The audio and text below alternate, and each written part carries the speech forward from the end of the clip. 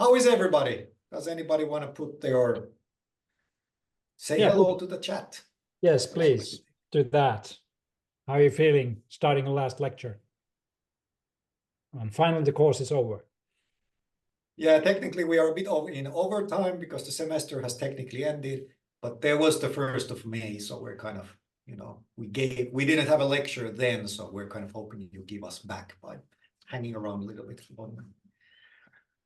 But let's go working. This is it. This is the fact. Last time we're closing things, we're being reflective, or actually asking you to be reflective in breakout rooms, and then looking forward. Where does it fit in, and what you might do with these skills that you have hopefully learned in this course.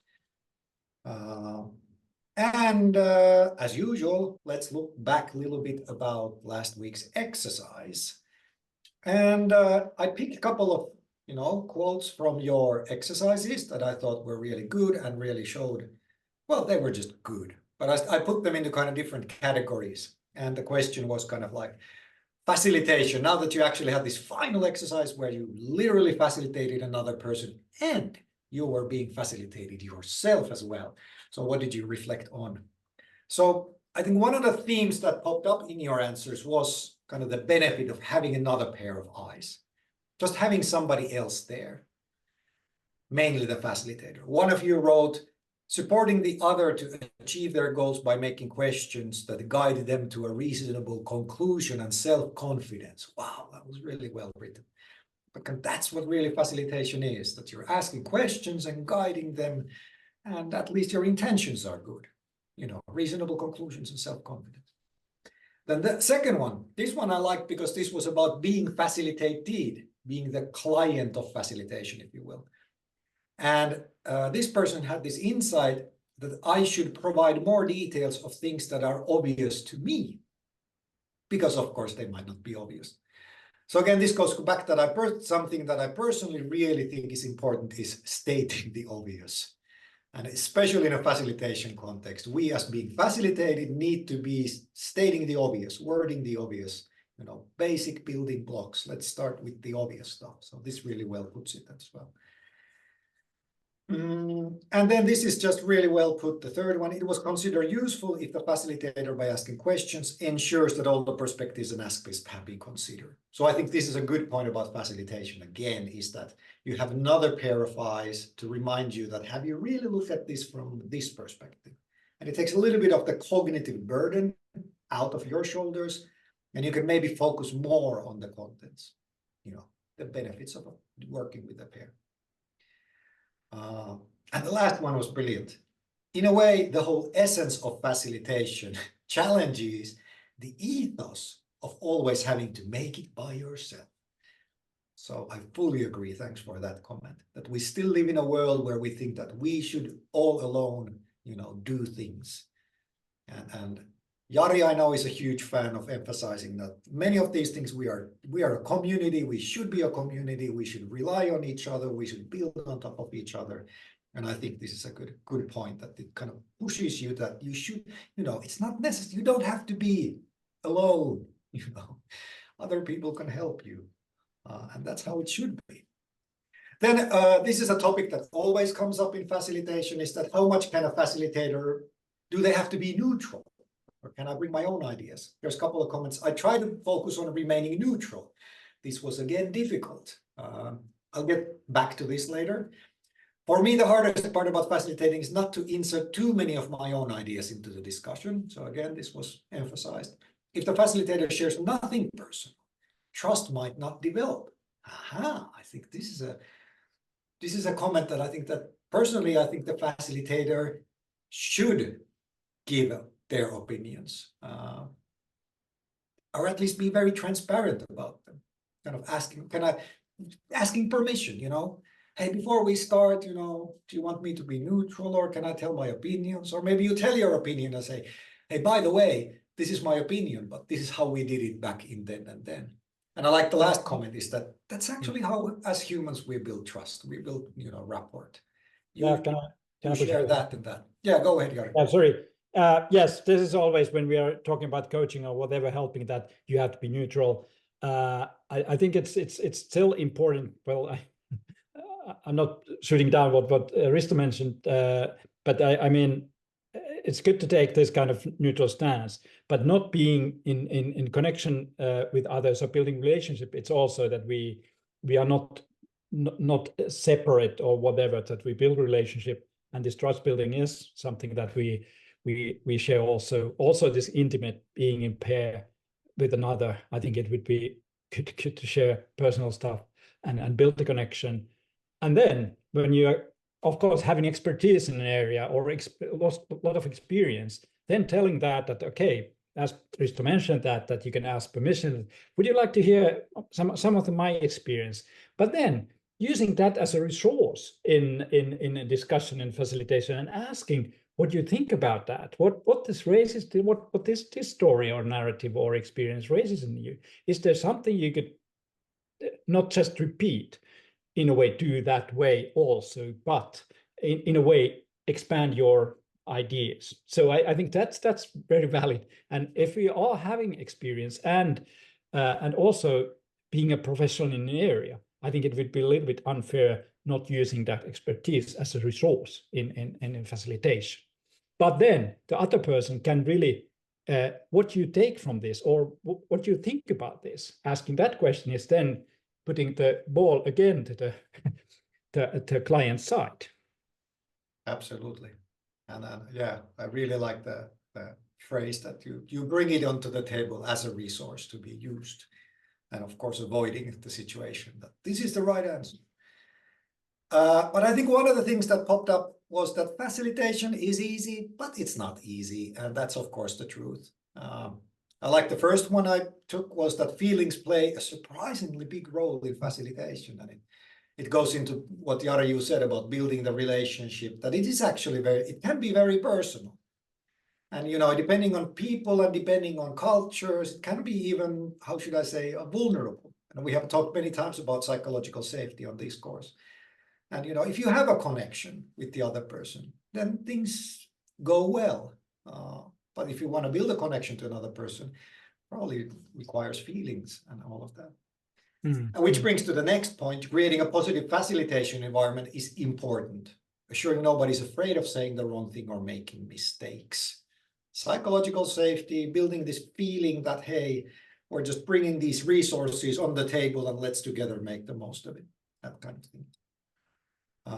And yeah, I would like to add one thing about this trust, because it's me trusting the coachee or facilitator that he or she or they can really be helpful for me, and I can show my I can receive help as well. So it's this giving and getting kind of thing, and or granting and accepting kind of thing. So it's two-way street, and I think trust plays very important role here in both ways.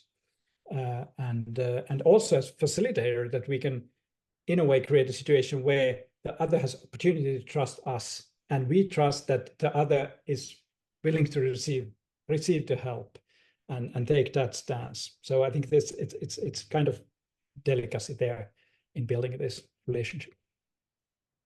Which brings me to the third quote, which was great, as you can probably read it. One of you wrote, actually today I watched the last episode of Brené Brown's Atlas of the Heart series on Max, where it was discussed, and here we go, that striving for control prevents the formation of a good connection with others. And I think we can all, find and identify, especially in the difficult situations, that we like to be in control. We like to be on top of things. So this means in a facilitation situation that, especially if we're facilitating another person or somebody else is helping us, that how much are we trying to keep things under control? And that might be actually harming the atmosphere, harming the connection, especially if you're in a, authoritative position. If you're the boss in the room and you are subconsciously trying to keep things under control, then that might be a really bad combination for psychological safety or creativity or, hearing criticism. So excellent point here about, are you ready? Are we personally ready to give a little bit away the control? As a facilitator, that letting the other person, as a midwife, it's not my baby. Or as being facilitated, letting other person to guide us and not necessarily being fully in control. Jari.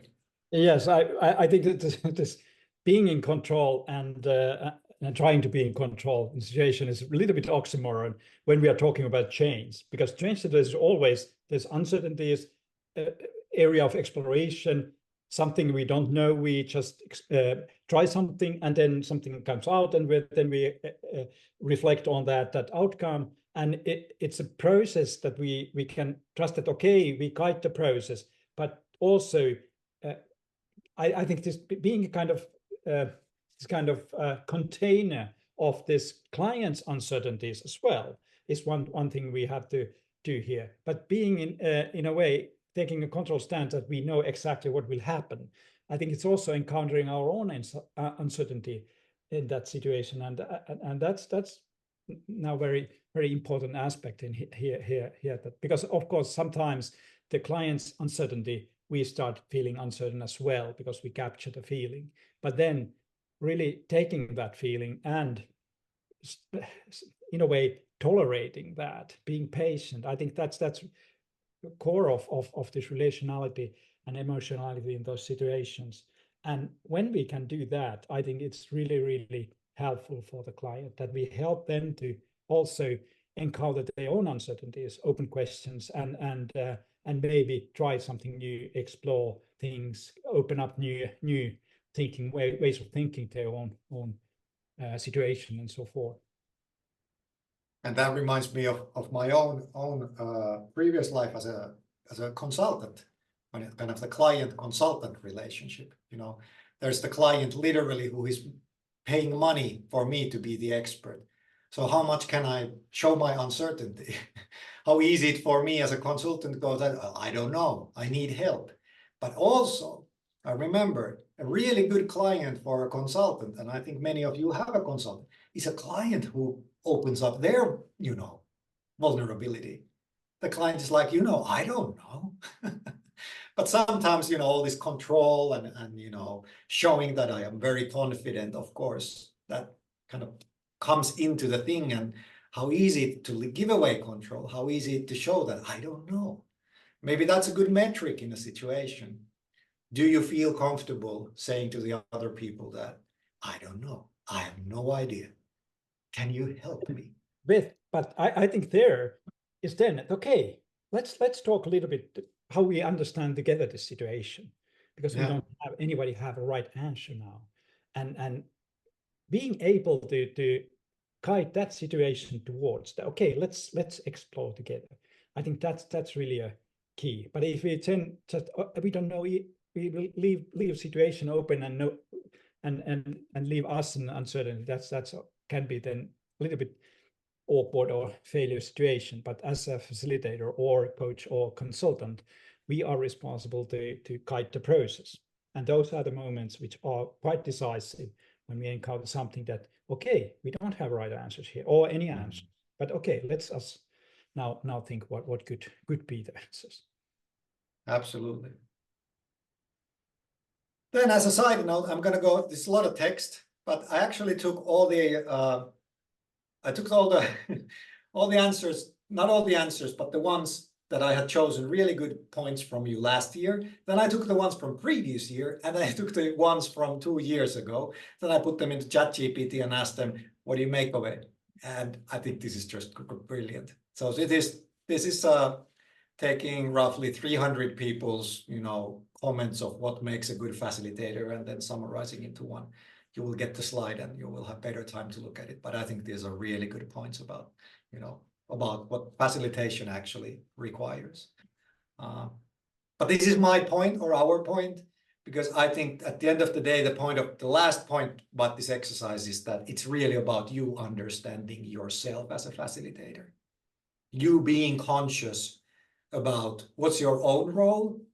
And if you're not conscious, just like Jari keeps on telling, bring it to the table, ask, let's have a kind of this meta dialogue that, do you want me to be this or this, what's your own angle? Are you there as an external, facilitator? Are you the boss? Are you a member of the team? What's your own agenda? And then, of course, like we talked last time, what are your tools? Which ones are you comfortable with? Which ones you know how to use? And last but not least, your own personality. This is your style of facilitating a workshop, a sprint, a meeting, organizational change, and how conscious you are about that. So there are not ready answers, and it becomes very personal in many ways. And I think as a good facilitator, we need to do this reflection about all of these things. And then really going back, and I hope this is something you have learned in this course, that there's a big difference between these two things, and I have a few examples here. It's a different skill and different task to plan a workshop than to facilitate a planning of a workshop. They are different. It's an expert giving advice, you're consulting somebody who's really good at this, and how would you do this? Or are you a neutral facilitator? And there's a little bit about footnote, what we've been talking about, whether as a facilitator you should give opinions and all that. And that's what Jari talked about, bring it on the table as a resource. And then kind of other things that we have been going through this course is that, okay, let's say that you're, focusing on the workshop, on the project, just focusing on the thing that you need to get done is a bit different perspective than focusing on the before and after. So this is what we have made you do. And last but not least, it's a different thing of being a facilitator and being facilitated. And all of these are, again, different lenses, and especially in this course, we're pushing you to kind of, so often we are in a situation that we're the person who needs to get things done. But as a facilitator, we have a little bit of different angle. And when we take that different role, different angle, then things start popping up. And those are the things we've been going over in this course. And another way of putting it, everything we have taught here is that as a facilitator, you probably need to ask yourself, maybe, looking at the bathroom mirror, how do you balance between their expertise, your expertise? How do you balance between your own agenda, their agenda, your opinions, their opinions, your techniques and tools, their techniques and tools, your personality and style, their personality and style. And I mean, there aren't ready answers. There's not one way of facilitating. It becomes kind of, these are the typical, very kind of mental level questions you need to address. And I'd like to, or maybe it comes later. I don't know if this is what you're saying, but the answer kind of like that, ask the other person, Yeah, but it's also that what happens, what is built between, because this relationship is, we can also consider that that is something, this is our kind of new entity, which we can see that was the quality of the relationship, because it's something we produce together. And then we can also consider how it's the nature of the relationship, but really serving to purpose, meaning that there's enough trust and this reciprocity and so forth. Yeah, I think it's the kind of the very, how should I say, philosophical fact that in a facilitation, it's not about you and them, it's actually the relationship that you're building between. For all of us with the technical education, it's not the dots, it's about that connecting line between. That's what you're actually working with. So it's not about you or the others, it's the relationship only happens when you do things together. And that's kind of the point I have over there, is that you need to start the dialogue and understand, what do these people want from this? What are their agendas? And then, of course, you should be conscious of your own agendas and everything. And then it becomes a negotiation, a dialogue, and a discussion. But let's move on. Let's look back. What did we want to teach on this? So what has happened during the course? So when we started, the course objectives were, we wanted to change your thinking about leadership, organizations, and of course, facilitating change. And we're hoping, you might want, if you can comment on the chat how well we did with this. We try to show you with the exercises and these lectures that actually it's very practical. Yes, we're throwing in theory and, even philosophical thinking, but it is practical. It's also very repetitive, repetition over and over and over again, and personal. That's something, again, that has popped up in this lecture as well. And not necessarily book knowledge. Yeah, you can read these things on books and you can learn it, but you need to get there and play the game because of those reasons. You need to repeat these things. And then with other objective was other people. And we're hoping that we have been able to leverage this crowd we have here. And now you're over 100 people. That we mixed you together, and then there was something that necessarily isn't that ordinary in your life, whether you're a student or whether you're a professional, that you got to meet different people from a variety of backgrounds and forcing you to facilitate each other, mainly to listen, play out the role of a facilitator. You're not responsible for this. You're the midwife. It's not your baby. And then, of course, try to bring you with the materials and simple tools, extremely simple tools that show you, where the pain points are, rather than giving you the right answers. Those were the topics. Yeah, just to remind you, because soon we're going to ask you to reflect a little bit on what did you learn. So have a glimpse. Those were the topics if you have forgotten. These were the exercises, the context onion, the temporal onion, timeline, dumb champagne, doable, understandable, measurable, beneficial metrics. Then the fourth one about listening, reflection, looking back at things, practicing your reflection muscles. And then last but least, how do you actually coach, mentor, facilitate the other person? And how does it feel being facilitated? Because as a good facilitator, it's really nice to be on the other side of the table, so to speak, to understand, okay, this is what it feels like. Now I understand how I can be even better facilitator. So take a few minutes. Again, we're going to give you silence. And, draw up a couple of bullet points for the soon coming breakout room. And take the whole course experience as a whole. What has been meaningful for you? And what are your key takeaways? What was meaningful, important for you? And what are you going to do after this course is finished? Does this change anything? What are you going to take with you? Is it a tool? Is it a way of working? Is it a way of thinking? Or is it something else? Okay. I promised you silence. I will be quiet for 2.5 minutes.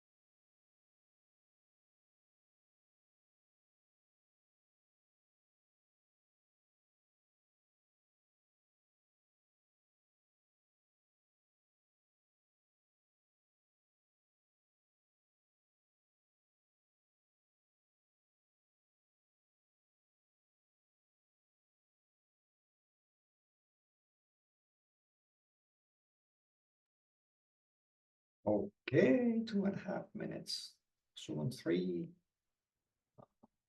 How's it, Annika? You ready with the breakout rooms?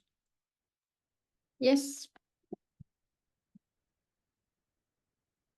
All right, let's go.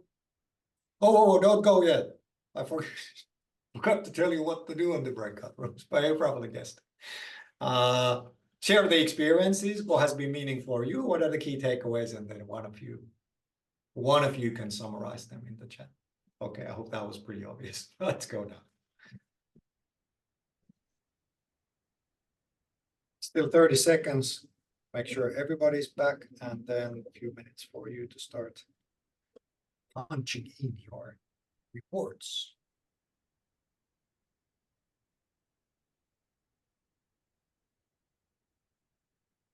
While we wait, I've been measuring. See, I'm very scientific today. So I'm brewing my summer beer. Now it should be ready in 5 days. So I took a gravity measurement while I was waiting for you. If there are any home brewers there, it's 1.037 at the moment. Okay, let's see what he answered.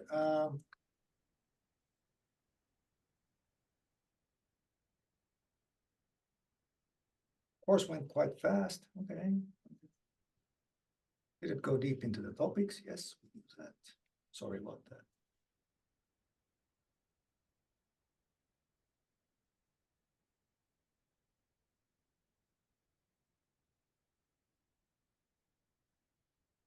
Else.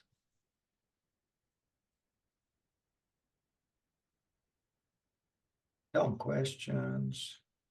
Not a facilitator's job to provide answers. Oh yeah, that's the best part being a facilitator, is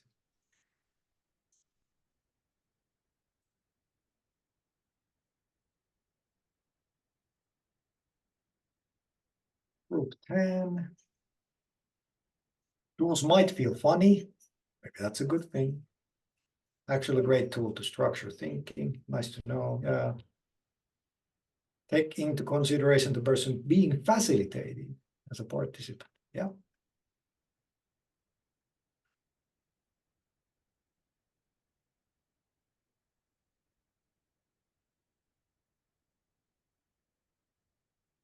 I'll try to punch these into ChatGPT again when Jari is giving his lecture this time. Let's see what AI says.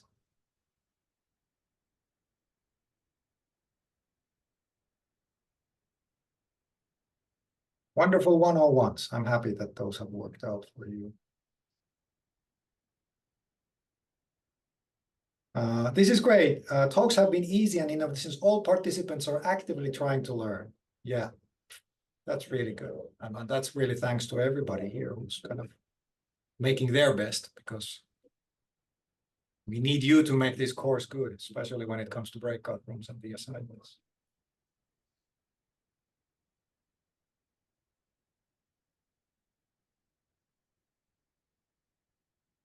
Some pair exercises were better than others. Yeah, sure. And of course, it really depends on the pair. But that's kind of the whole point, that sometimes you cannot choose your workmates, and sometimes it might be a good exercise, and sometimes it's kind of like, well,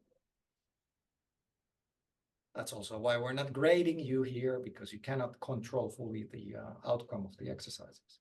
But we're hoping you're getting the lessons. Okay, we're getting close to 5. Jari, anything you see here interesting before the break? Well, I think quite a bit in line what we try to offer, but I started thinking this one group saying that they was expecting to getting deeper, and maybe that's of course this 3-credit course, and we have 2-hour lectures and all this stuff which is connected to this is so we can go really deep. And now it's always trade-offs what to do, and maybe this course name should be giving a label a little bit that this is this kind of not a quick look, or something that it's not comprehensive on all this, but hopefully it has. And I was very happy to read that there is quite a lot stuff to be taken, and it was awareness raising, concrete tools, good discussions, realizing that okay, this is what I maybe should learn and focus on in the future. So That's very nice too. And let's see what ChatGPT, how it how it summarized this stuff. It's interesting to see. Well, let's have a break first. How about that? Back in 5 minutes. Yeah. I guess it's time to continue, right, Risto? Okay. Okay, now next 50 minutes we will take a look. We have been on facilitators, meta skills and routines, and talk a little bit what are those meta skills needed and what are meta routines and why they matter. And as a third thing, how can we learn and improve these things, all these skills and routines?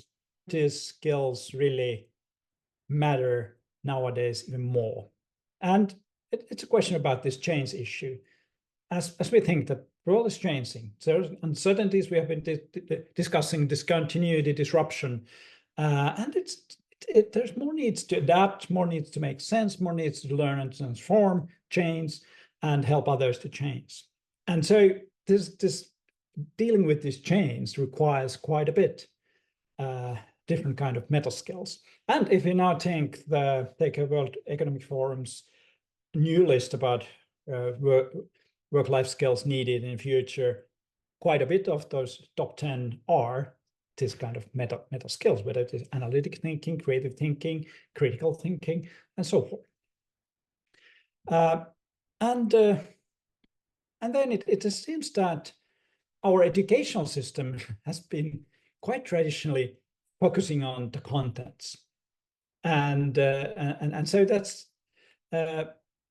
and as I said, that we have acquired beside these meta skills, and nowadays, as mentioned already, that these generic meta skills are more and more decisive in all professions and in all organizations, so that we have to collaborate, we have to adopt, and we have to be able to be a good organization citizens.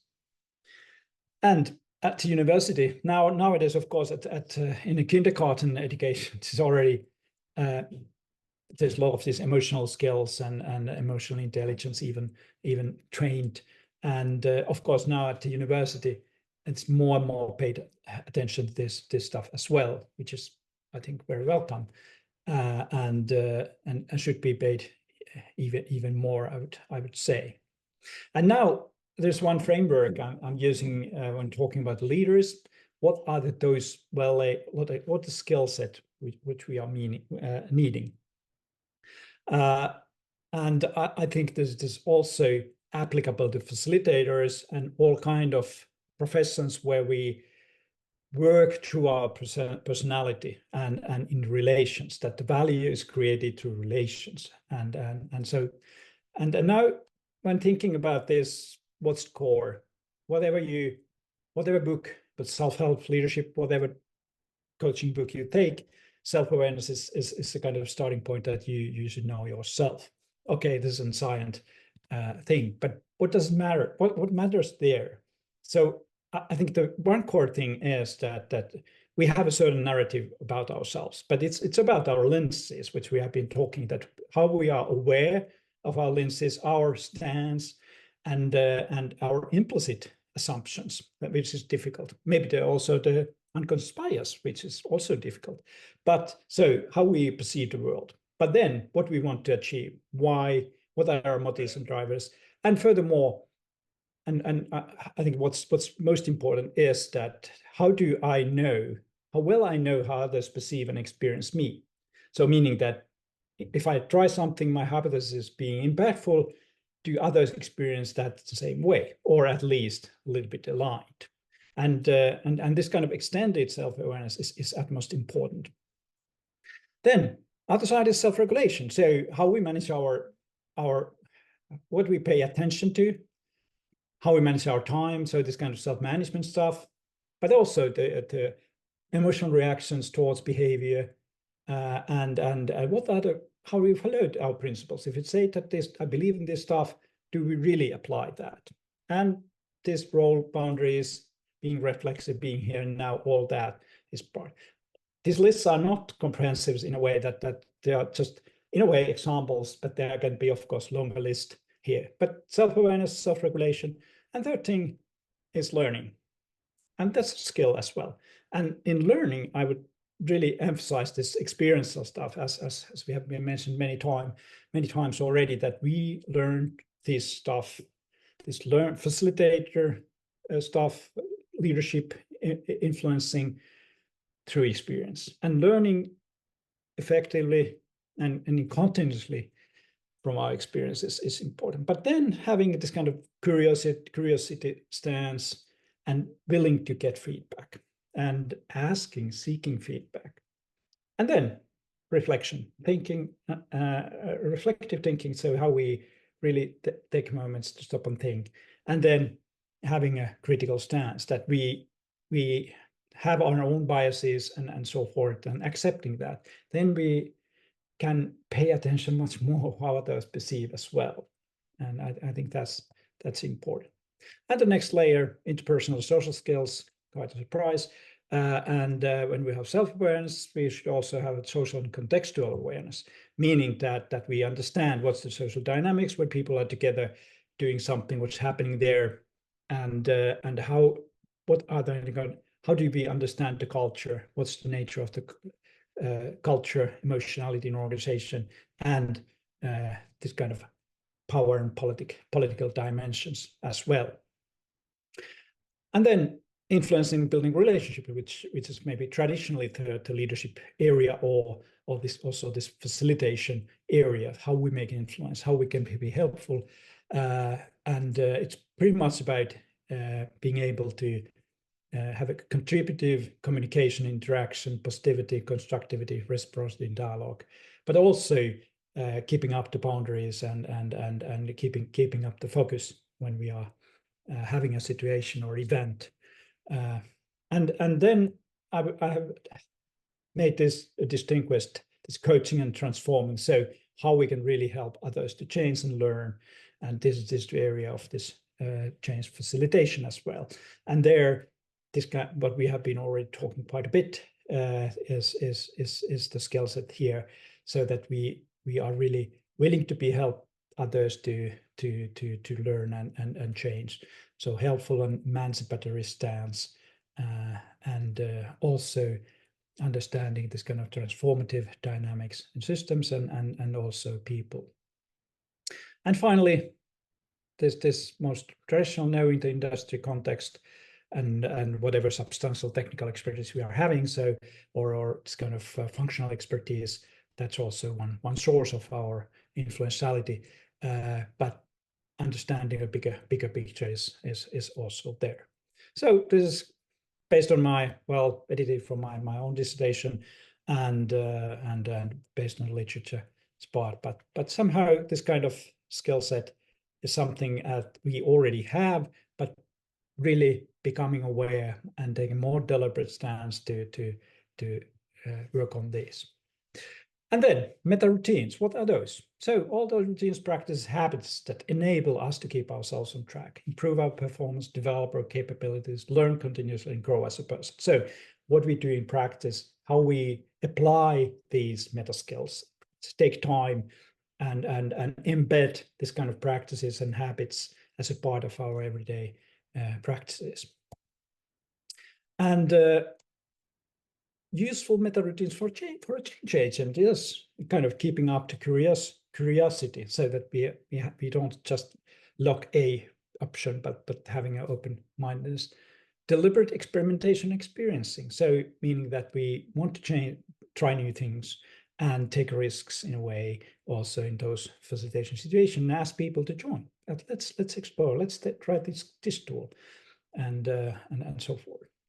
Continuous reflexivity, meaning that we are on the top of the situation in a way that we are sensing what's happening, and then reflection on experiences. And then finally, how we can learn and improve if we want really to now to become a professional in this, or to practice these things. Is one thing is starting to know your theory, policing your lenses. So explaining our values, principles and theory of facilitation of leadership, and this is kind of what we already have somehow, but explicating, getting experiences, because we so more you do, more you have this repetition, as then more you can learn different situations, different people, different contexts, various ways, then you can really build your repertoire. Asking feedback every time. So how did it go? How we succeeded together, and then taking moments to wrap up your experiences, and having a partner, meaning that you have been here reflecting together, as you noticed that it's very valuable. So having people with whom you can reflect on and resonate and spur, and then committing to continuity. So it's never ending, meaning that we making a small step changes as a habit and routine for you. And so that's about meta routines and practices and how can we learn. Thanks. Sorry to exceeding my time, so but Risto, floor is yours. There we go. Yes, I'm setting up. You did not exceed your time. You still have 3 minutes. Do you want to take comments? Do I have 3 minutes? Yeah, You sorry. still have 3 minutes. Sorry. Yeah. I was. I'll pop up the ChatGPT answers to my slides while you. Yeah. Please do. Let's take that now. Yeah. And of course, if you have please put on a chat the questions or something you maybe was puzzling in my quick gone through. But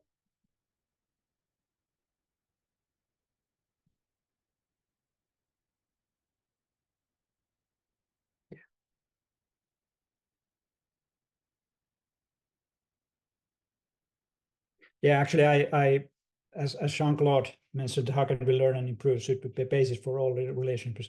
That's really true, that we can apply this being relational in this world, so we can really think, because in all relationships we make some influence, some impact, and how we make that together and how we build good relations. So it's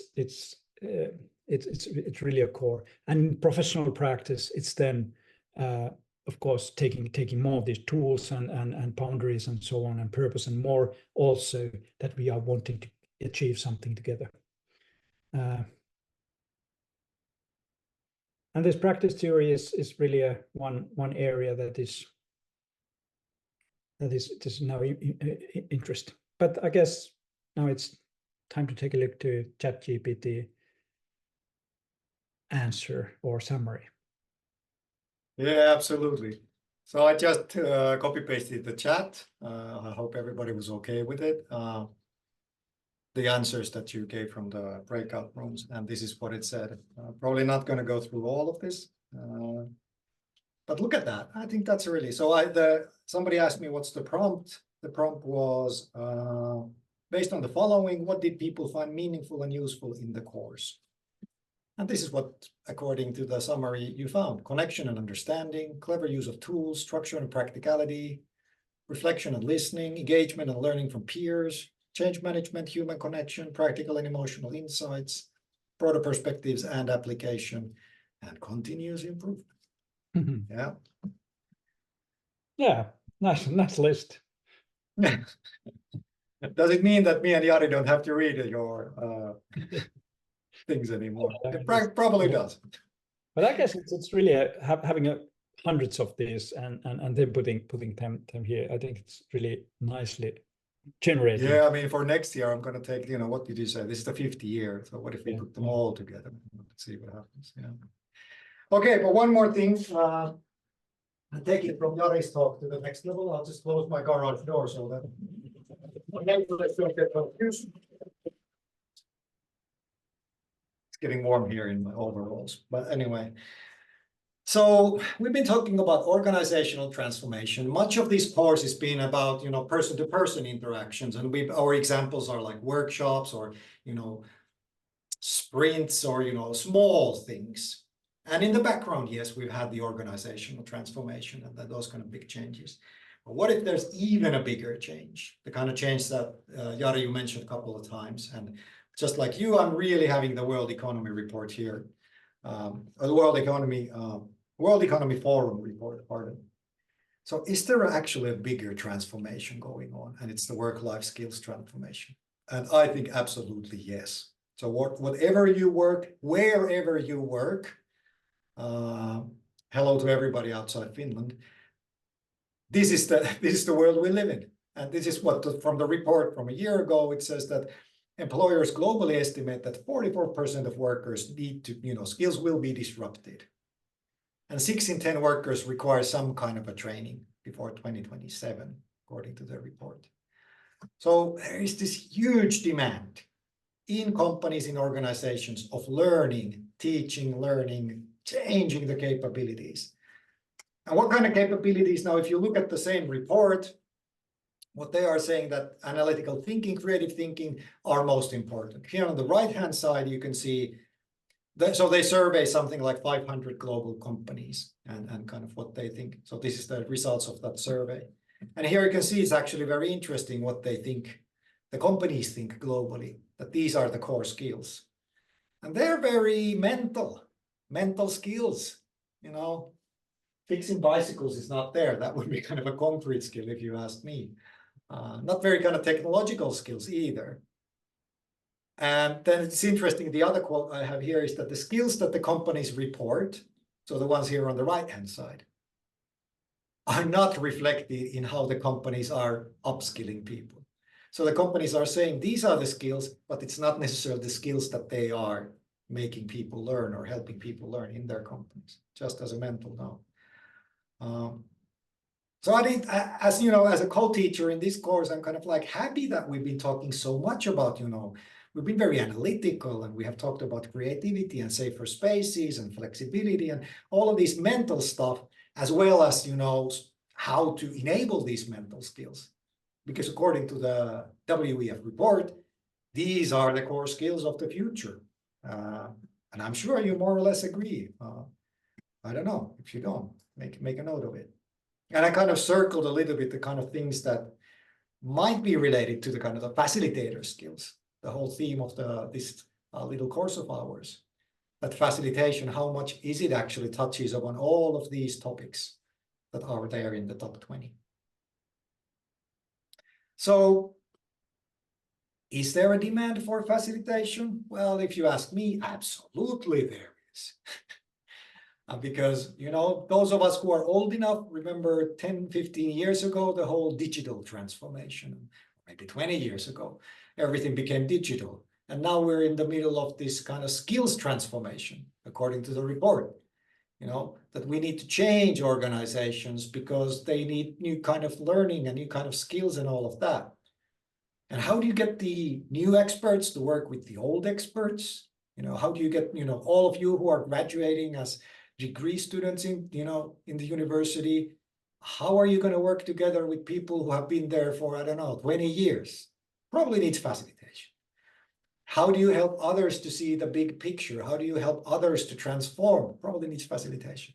How do you help others to work in this uncertainty where their own, most probably, part or all of their own skills are becoming redundant? So definitely there is this demand for meta skills, everything Jari talked about just previously or, a couple lectures ago. These skills that are not specific to a traditional education, to a traditional profession, seeing the big picture, having good continuous dialogues, creating safer spaces, ability for self-leadership, facilitating people to work with each other because of different backgrounds and all of that things, all of the meta skills. But actually, I think, and this is a slide from a previous student of mine, this is actually a core part of the number one transition we're all facing, which is, of course, the sustainability transformation. Whatever you mean by sustainability, ecological, environmental, social, all of those things. Because I think this picture from Ida's master's thesis, which I'm referencing over there, really puts it nicely. That having studied this topic quite a lot, she put it that we have these kind of general professional competencies. that might be, professional specific. Maybe you're a programmer, maybe you're a designer, maybe you're an entrepreneur that requires certain skills. But more or less, you probably need to work with the sustainability transformations going on, even in your company. Maybe you're working for a large organization, government, business, whatever. And then, of course, you have these very specific sustainability skills. Say that you're working with environmental sustainability, then you might be really, good at understanding the recycling of plastic materials. That's kind of a context specific. However, like this big bubble in the middle says that most of us, because we're not necessarily working directly, with environments or plastic or specific, societal issues, but we are all going to work on how do we transform businesses and people's thinking and all of that towards a more sustainable planet. It's these skills that become more important, key sustainability competencies. And these are very much the kind of the meta skills, and even very close to the kind of skills we've been talking on this course about facilitation. Because of course, facilitation is about transforming. It is about transition. But we have kind of intentionally kept it very human to human level here, because I think that's a very easy way of doing it. And I think that's the core way of doing it, rather than zooming out and thinking, how do big companies transform? Because it's the facilitation, the kind of the grassroots one that we think is very important. And look at these things: strategic thinking, implementation skills, which is just skills to get things done, collaboration skills, values thinking. How do we discuss and, openly talk about values? And you could put a kind of facilitation angle into this. How do you facilitate all of these things in an organization? Because this is a collective action. These are not like things people do individually. So what I'm saying, and hoping leaving you with this thought, is that, the meta skills that has been talked about for, let's say, 10 years, skills that are not specific to specific to a profession, but these are very much change facilitation competencies. And at the moment, we are living in a world where these change facilitation competencies are pretty much the key sustainability competencies, because we're living in the middle of a transformation. And this is not going to go away for years. This is where, if you like the kind of things we have been going over this course, you will most probably find yourself in a job where you are dealing with a transition. And the root cause for the transition is, transformation towards a more sustainable planet and the organization's role in it. Which is another way of saying that these are the skills, competencies in uncertainty and transformation. These are transformation skills, and they are becoming core skills of any profession. Any profession. So to wrap it up, kind of, we started, you remember the picture where we're driving the road into the fog, and we've been talking about transformations and, how these things bring forth that we need to see the big picture, because we need to see the context, because we cannot see the future as clearly as we would like to.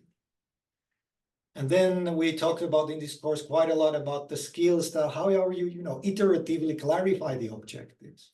How do you facilitate to have clear objectives, even if you don't know how to get to their objectives, because there's the fog and the uncertainty. And how about that is a dialogue about meanings?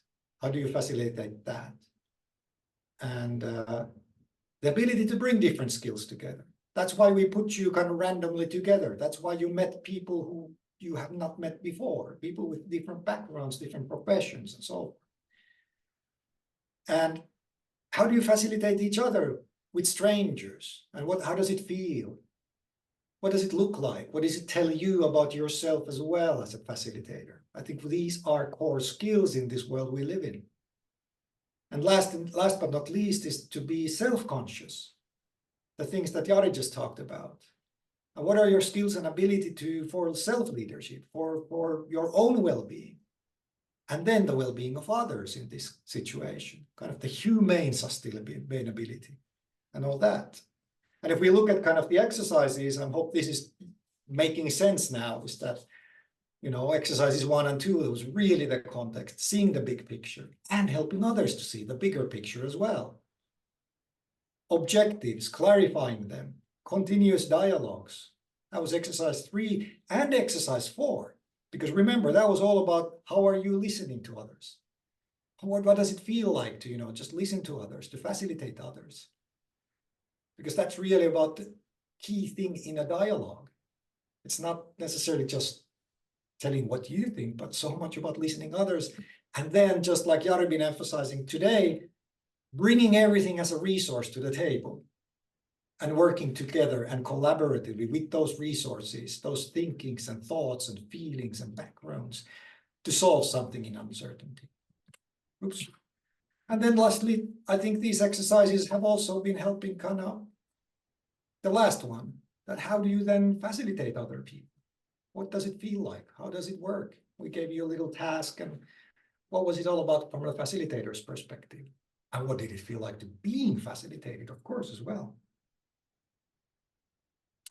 So that's kind of, the point being that this is a facilitation course. Yes, this is a relatively small course. We don't have the luxury to dive deeper, but we are firmly believe that these skills are so very relevant for the next 5, 10, 15 years. I don't know, forever. As long as they're human beings, we need to kind of help each other. And that requires all of these things, little things we've been talking about here.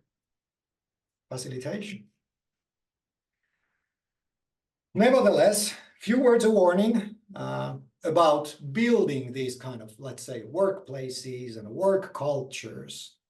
And all about this is I don't know, here you can fully disagree with me and see how it goes, but I think we should be also very mindful of the kind of communities, collaborations and cultures and environments we're building, because at least here in the Nordics, let's say here in the West, broadly speaking, in businesses, where there has been this kind of push for autonomy, and there has been this, which is healthy in a way. You're giving people more responsibility, you're listening to them, you're giving them power.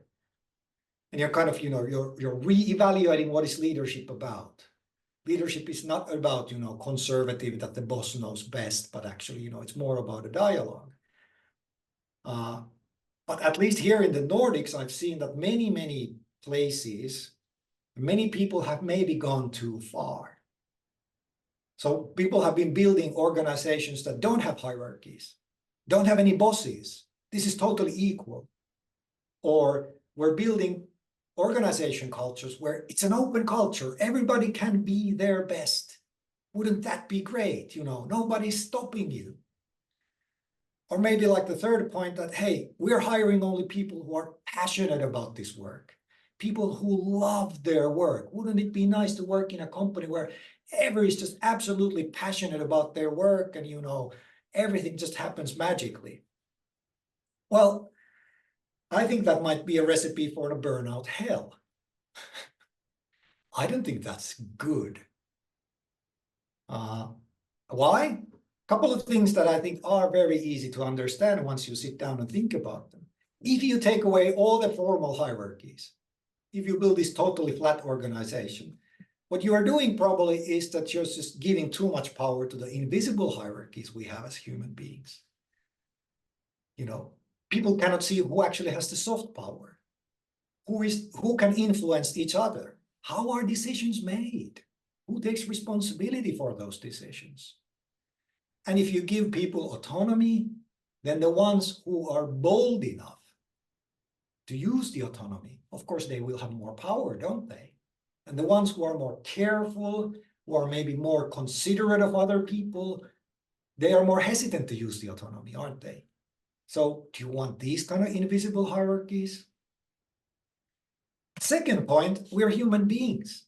So we live in a world where there's social pressure. There are social norms. And we tend to go with the norms. Now, if you take away all the bureaucracy, if you take away all the rules, then how do I know what is normal at this workplace? What is expected of me? Can I behave like this? Can I take a long vacation? Can I say these things and all that? What is successful? You know, I'm looking at Jari, and Jari is an amazingly successful guy. It's kind of like, is that what success means here? Because nobody's telling me. Nobody's giving me any KPIs or metrics. I don't know. I can't be Jari. He's an awesome guy. I'm just a regular guy. And then, of course, we generate these norms, which we call social pressure. And is that okay? Is that exactly what we want? And then my last point is about ourselves. And that's why the reflection again is super important. What are our own beliefs? We have different backgrounds, personal backgrounds, professional backgrounds. We have different histories, which means we have certain beliefs in our heads, and they can be kind of what I call here mental prisons. You know, everybody here is so passionate. They all love their work. I like my work. I don't love it. Am I the problem? What is going on? You know, what's enough success for me? What is successful? Is this enough? You know, I've been working now this many months. I've been, you know, just doing a lot of work. Is this enough? When can I say this is enough and take a day off? If there are no rules, if we have this very open environment. So I guess this is my last point for here, maybe as a counterpoint to many of these things that I believe we actually need rules and regulations and boundaries. I think we need bureaucracy. But the key here comes maybe there in the bullet points, that we need shared meanings. And this goes back to, yeah, you probably guessed, we need dialogues. I think those dialogues need to go into reification, most probably objectives, goals that are dumb, that people understand them. And then we have another dialogue, reification, participation, but the goal being that we actually do need borders and boundaries. I don't believe we can work as effectively as a group of people unless we agree upon the borders and boundaries. The answer isn't that we should destroy borders and boundaries. The answer is that we should have a dialogue which borders and which boundaries we want and for what reason. And the third point is that the responsibilities should be clear. That's how we work really well. That's how organizations are effective. Who is responsible for what? And there on the right-hand side, unfortunately, that's only in Finnish at the moment, is a really, really good book about this from Outi Sivonen, where she writes that the humane work life doesn't build on less self-leadership or autonomy. Actually, all of the things I'm saying here are in the book as well. We actually do need rules and boundaries. Good. Anything to add, Jari? Quite a bit. So I mean, there's really a core understand now that we have all the technology and so forth, and these ideologies that about individuals being autonomous and so on. So I think what was pointed out, that we have to have, it's a trade-off, that we have to have, in a way, helping structures that guide us in our autonomous work. And we are always interdependent, so that we have to take care of our connections and relations and build practices where we give kind of build meanings, what we are doing, why we're doing, and also talk about those boundaries. And so that's really, without boundaries, we are lost. But how they are, in a way, again, not too strict, but in a way helpful. And how that requires us to make meanings all the time, that because they are in flux, but they must be there. And then, of course, that what tells us that we are successful. And what's enough? I think what's enough is quite essential now, because we also build in this kind of this passion talk is easily building that now I have to, as you mentioned, that do I love my work? It's no needed. It's just do it, and if you feel it meaningful, that's good, because it's and when these social norms start to guide, then it can really create this kind of bad system, in that sense that it's really inhuman, that we just compare and we have to reach more all the time, and we think that's good. And then we have to start telling ourselves that I'm not good enough. And we have a lot of systems which are requiring all the time more. Well, pointing to the university system is one thing that's working here. So we have to struggle and we have to fight back in a way that what's enough. And I think it's unfair that we as individuals must do that, but it must be kind of agreed together in a context that what enough. And of course we can then say, okay, customers and other rivals are doing better and whatever, but still I think it's one of the core meta skills in meta practice should be this kind of keeping up the resilience and the meaningfulness and humanity. Good. With that thought, the last breakout room ever on this course this year, maybe next year. In all simplicity, think about your next steps. Kind of like your key takeaways again, but with all of this information, what are you going to do next week? Or what are you going to do next month? Or maybe in August, you know that you're having this project, or maybe you can see this workshop coming. Make it very concrete. Make it a semi-public promise to people who you will probably not meet ever again. That, hey, I promise you I will do this. So that's the exercise. And write them in the chat again. But let's have about 15 minutes. Let me give you a precise time. Annika, what about 12 minutes? How about that? 13 minutes. 13 minutes. No, yeah, 13 minutes max. All right, everybody coming back in. Well, there's still a minute to go. Oh, come back. We're running out of time.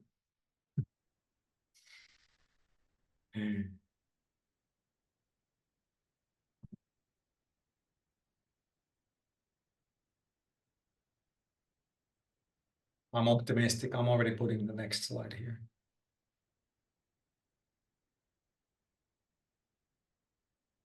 Not many slides to go, a couple of things to mention, and then, of course, the fun ending, Jari and Annika, we always have every year.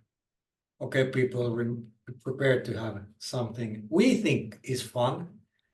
Well, maybe it's just me and Jari, the middle-aged guys, who think it's fun. I don't know if you do, but you'll find out soon. But hey, super thanks for those already writing that. Many people will be dumb after this course. I love that.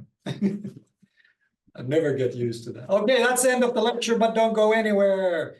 And of course, look at all that you promised to do. And we will, of course, hunt you down if you fail on those promises. Or maybe we'll leave that to your own conscience. Few further reading, plenty of readings. I actually added a couple of handful of master's theses because there are many students here as well. And master's theses are brilliant for professionals like you as well. Don't worry, nobody is going to ask you, did you read the whole thesis? You can just go and look at the results.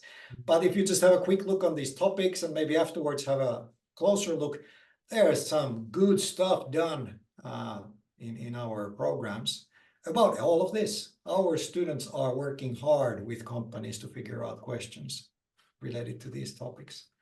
A couple of books there as well. Check out the World Economy Report. When COVID hit, we had these companies that you can see there below. We put together, this is still that, the website is up there. You can still find these tools that everybody was sharing. So check them out, free tools, free videos, free resources. I haven't checked if they're all available, but most of them probably are still available. So for free or to download, to use. A little bit of advertisement, we just published a book.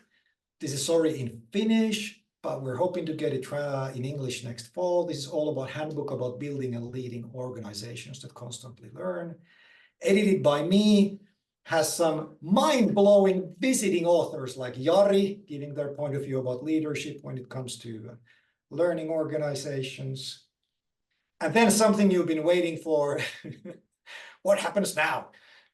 So Annika just told me that she sent the email messages. So if you want the credits from this course and you have done everything, you don't get an email. You're okay. So if there's no email from our assistants, you're okay. Otherwise, you should have received an email which says if you're missing exercises or something else. And now you have about a week to make amends and get the course credits. But remember, last time we were already warning, we're closing shop on June 11th. So after that, good luck hunting us down. But just making that transparent to everyone. All of you FITEC students, some of you are very interested. Do you get like a course certificate? We don't know. Ask the FITEC people. Ask us and we will direct you to the FITEC people. But we don't really know about the FITEC course certificates. I'm really sorry about that. But like I mentioned, our Namibia Super Task Force, we have a special deal for you, but let's get back to that later. Your checklist attendance form should be there in the chat. Annika has probably reposted it already 20 times, as usual. And then reading slides, everything will remain in Google Drive. We're not taking them away. So just, bookmark those places and go back if you need be. Course feedback, super important, because we cannot use the ordinary Aalto course feedback system because many of you are not registered Aalto students. So we made a Google form. So please, for example, right now after we have finished, click on that. And Annika, if you copy paste the course feedback as well, that would be lovely. But that's where you get it. Please do that, then we know how to make this course better or make it worse. I don't know, that's an option as well. Probably we won't do that, but technically speaking, we can make it worse.